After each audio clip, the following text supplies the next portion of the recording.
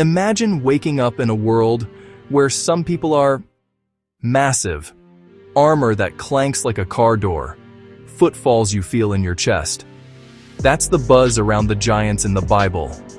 Legend, fear, and jaw-dropping details you can actually look up. Let's start at the beginning. Their birth story. Genesis 6:1-4 calls them the Nephilim. The sons of God and the daughters of men had children. Interpretations differ, but the text is clear.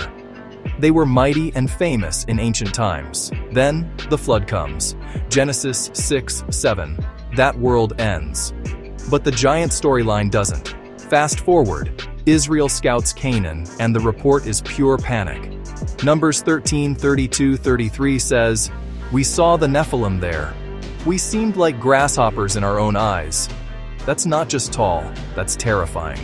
These weren't random one-offs. There were clans, the Anakim, the Rephaim, the Emim, even the Zamzumim, names that basically scream, "Don't mess with us." Meet King Og of Bashan.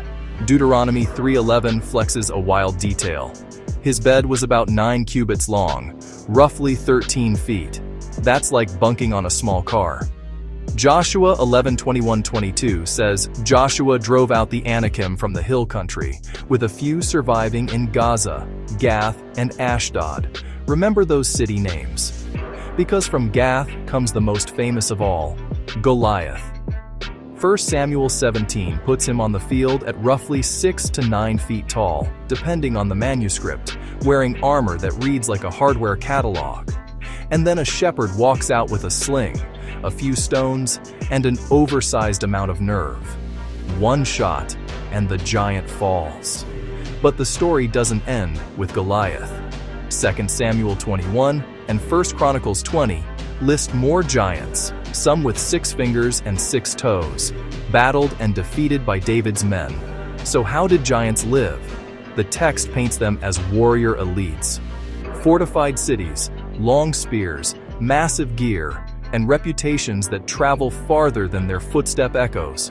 How did they die? 2 ways: by flood in the primeval era, and by war, driven out by Joshua, Joshua 11, and struck down in the days of David, 2 Samuel 21, 1 Chronicles 20.